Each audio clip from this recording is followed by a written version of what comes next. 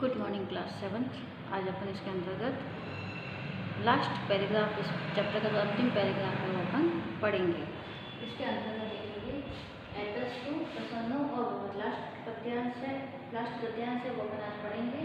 आपको गृह कार्य अभ्यास प्रश्न में कौन सा करना है? अभ्यास प्रश्न में 5th क्वेश्चन है, प्रश्नों के उत्तर संस्कृत में दीजिए। मिनिमम इसमें 5 प्रश्न है, 5 ही प्रश्नों के आपको उत्तर लिखने हैं। उसके बाद फर्स्ट गद्यांश का हिंदी सलाह मैं लिखकर आपके पास भेजूंगी। आपको फर्स्ट गद्यांश में कैसे करना है? ऊपर लिखेंगे प्रथम गद्यांश का हिंदी सलाह, फिर आप फर्स्ट लगाएंगे कस्मिचित डॉट लाइन लगा के प्रत्यागस्ती इसमें, उसके बाद सलाह लिख के उसके नीचे यहाँ पे सलाह करेंगे।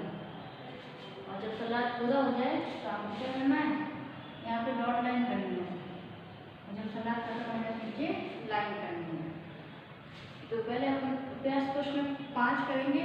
उसके जो 5 प्रश्न कैसे करेंगे? जैसे अपन को यहाँ पे दिया हुआ है तो यहाँ पे 5 प्रश्न नंबर लगा दिया, और फिर यहाँ पे नंबर 1 लिखा क्वेश्चन मार्क, फिर लिखना उत्तर, फिर एक लाइन छोड़ी, उसके बाद प्रश्न, उसके नंबर, उसके बाद 2 नंबर लगाएंगे, फिर वो आगे क्वेश्चन, और फिर उत्तर, और फिर मल्टीप्लाई करके एक लाइन छोड़ेंगे। तो आपको इस तरह से ये जो 5वां प्रश्न है लिखेंगे, प्रश्नों के उत्तर संस्कृत में दीजिए। उसके बाद नंबर 1 उत्तर लिखा, फिर लाइन छोड़ी, फिर प्रश्न लिखा, फिर उत्तर लिखा, फिर लाइन छोड़ी। तो आपको 5वां प्रश्न करना है, और साथ में ये जो दिया हुआ है इसी अनुसार आपको क्या करना है? हिंदी सलाह करना है।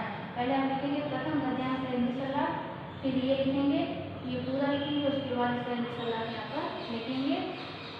ये आपका होमवर्क रहेगा। मैं आपको अभी इस पार्ट का लास्ट या अंतिम गद्यांश है उसको मैं आपको पढ़ाऊंगी। आप ध्यान से उसे सुनेंगे भी और समझेंगे भी।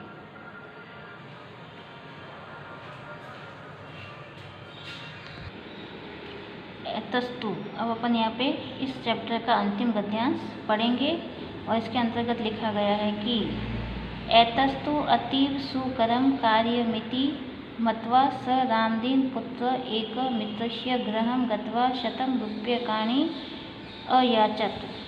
एतस्तु यानी इस प्रकार, अतीव यानी अत्यधिक, सुकरम मतलब आसान, कार्य यानी कार्य, इति यानी यह, मत्वा यानी मानकर, स यानी वह, रामदीन पुत्र रामदीन का पुत्र, एक यानी एक, मित्रस्य यानी मित्र के, गृहम यानी घर, गत्वा यानी जाकर, 100 यानी 100, रूप्यकाणि यानी रुपए, अयाचत यानी मांगे। तो यह बहुत, इस प्रकार यह, एतस्तु यानी यह बहुत सरल कार्य मानकर वह रामदीन का पुत्र एक मित्र के घर जाकर 100 रुपये मांगता है। तो उसके पिता ने कहा था कि अगर सुबह से लेकर शाम तक अगर तू 100 रुपये कमाकर या 100 रुपये मेहनत से कमाकर मुझे ला के देगा, तो मैं मित्रों के साथ जाने की जो 5000 रुपये, मित्रों के साथ घूमने जाऊंगा जिसके लिए 5000 रुपये उसे चाहिए थे, उसकी इच्छा को वह इच्छा मैं पूर्ण कर दूंगा। तो यह सुनकर उसने सोचा मैं सुबह से शाम तक 100 रुपये तो मैं आसानी से कमा लूँगा, या मैं अपने मित्र से मांग के ला कर दे दूँगा, और पिताजी मुझे 5000 रुपये दे देंगे और मैं अपने मित्रों के साथ घूमने चला जाऊँगा। उसने यह कार्य बहुत आसान समझा था। इस प्रकार यह बहुत ही आसान कार्य मानकर वह रामदीन का पुत्र या उस रामदीन के पुत्र ने एक मित्र के घर जाकर 100 रुपये मांगे। मित्र केनापि व्याजेन तम निषिद्धवान, मित्र यानी मित्र ने, केनापि यानी कोई भी, व्याजेन यानी बहाना बनाकर या कारण बताकर, तम यानी उसे, निषिद्धवान यानी मना कर दिया। तो कोई भी कारण बता के उसने क्या कर दिया? उसको मना कर दिया। तो अपन लिखेंगे यहाँ पे मित्र यानी मित्र, केनापि यानी कोई भी, मित्र ने कोई भी, व्याजेन यानी बहाना बनाकर, तम यानी उसे, निषिद्धवान यानी मना कर दिया। तो मित्र ने कुछ भी बहाना बनाकर उसे मना कर दिया। स द्वितीय तृतीय चतुर्थ च मित्रम उपागच्छत, स यानी वह रामदीन का पुत्र द्वितीय यानी दूसरे मित्र के पास, तृतीय यानी तीसरे मित्र के पास, और च यानी और चतुर्थ यानी चौथे मित्र के पास, उपागच्छत यानी गया। तो वह धीरे धीरे एक एक मित्र के पास गया, तो वह दूसरे तीसरे और चौथे मित्र के पास गया। परम यानी परंतु, सर्वे अपि यानी सभी, तम यानी उसे, प्रत्याकुर्वन् उसी प्रकार का जवाब दिया। तो वह दूसरे तीसरे और चौथे मित्र के पास गया, परंतु सभी ने एक ही प्रकार का जवाब दिया, यानी सभी ने कुछ न कुछ बहाना बनाकर उसने मना कर दिया। अब अपन आगे, इदानीं समार्गे एकस्य वृक्षस्य अधः उपविश्य चिंता अभवत्। इदानीं यानी अब, स यानी वह, कौन, रामदीन के पुत्र ने, मार्गे यानी रास्ते में, एकस्य यानी एक, वृक्षस्य यानी वृक्ष के, अधः मतलब नीचे, उपविश्य यानी बैठकर, चिंता अभवत् यानी चिंता या सोच विचार करने लगा, चिंता नहीं सोच विचार करने लगा। तो अब वह रास्ते में एक पेड़ के नीचे बैठकर सोच विचार करने लगा। मया येषां कृते सहस्ररूप्यकाणि व्ययीकृतानि, मया यानी मैंने, येषां यानी इनके लिए, किसके लिए, मित्रों के लिए, कृते यानी के लिए, सहस्त्र यानी हजारों, रूप्यकाणि यानी रुपए, व्ययीकृतानि व्यय किए। मैंने मित्रों के लिए हजारों रुपए खर्च किए। ते मह्यम, ते यानी वे सब, यानी पहला दूसरा तीसरा चौथा यानी वे सब, मह्यम यानी मुझे, शतम यानी 100, रूप्यकाणि अपि 100 रुपये भी, दातुम यानी देना, नेव यानी नहीं, शक्नुवन्ति यानी सकते हैं। तो मैंने इनके लिए हजारों रुपए खर्च किए, वे सब मुझे 100 रुपये भी नहीं दे सकते हैं। नेव यानी नहीं, दातुम यानी दे सकते, शक्नुवन्ति का होता सकते हैं। तो मैंने तो उनके लिए हजारों रुपए खर्च किए और वे मुझे 100 रुपये भी नहीं दे सकते हैं। धिक्तानि मित्राणि, धिक्कार है उन सभी मित्रों को। मित्र वही होता है जो कठिन परिस्थितियों में हमारा साथ दे, परंतु इस रामदीन के पुत्र के मित्र ऐसे हैं जो उसकी कठिन समय या बुरे समय में उसका साथ नहीं दे रहे हैं। तो कह रहा है धिक्तानि मित्राणि, धिक्कार है ऐसे मित्रों को। सहसैव तस्य दृष्टि समीपस्थे उद्योगे अपतत। सहसैव यानी अचानक ही, सहसा धन एव, सहसा प्लस एव यानी अचानक ही, तस्य यानी उसकी, दृष्टि यानी आवाज, दृष्टि यानी नजर, सहसैव यानी सहसा धन एव अचानक ही, तस्य यानी उसकी, दृष्टि यानी नजर, समीपस्थे यानी पास में ही स्थित, उद्योगे यानी कारखाने, कल कारखाने या फैक्ट्री पर, अपतत यानी गई। तो अचानक ही उसकी दृष्टि, उसकी नज़र पास में स्थित उद्योग या कल कारखाने या फैक्ट्री पर गई, यानी उसने अचानक उसकी दृष्टि कल कारखाने फैक्ट्री जो चल रही थी उस पर गई। तत् यानी तत्, अनेकी कर्म करा आसन, तत् यानी वहाँ, अनेकी यानी अनेक, कर्म करा यानी मजदूर, आसन यानी थे, वहाँ पर अनेक काम करने वाले मजदूर थे या श्रमिक, कर्म करा को मजदूर भी कहते हैं, श्रमिक भी कहते हैं। तो वहाँ अनेक कर्म करा यानी अनेक मजदूर या श्रमिक थे। स उद्योग स्वामिनो उपगम्य, स यानी वह, कौन, रामदीन का पुत्र, उद्योग स्वामिन उपगम्य, उद्योग के स्वामी के पास जाकर, वृत्ति का अर्थ होता है नौकरी, याचत यानी नौकरी की प्रार्थना की, सायंकाले यावत, सायंकाल तक, और परिश्रम से, शतम यानी 100, रूप्यकाणि यानी रुपए, उपार्जित यानी उपार्जन यानी प्राप्त किए। तो तत्व अनेकी कर्म करा आसीन, वहाँ पर अनेक मजदूर थे।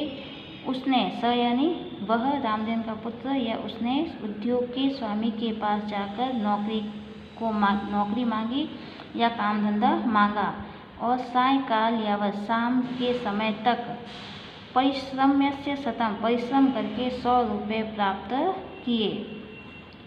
अधुना तस्य नयनयो संतोष भाव आसीत। अधुना यानी अब, तस्य यानी उसकी, नयनयो मतलब आँखों में, संतोष का भाव, आसीत मतलब था।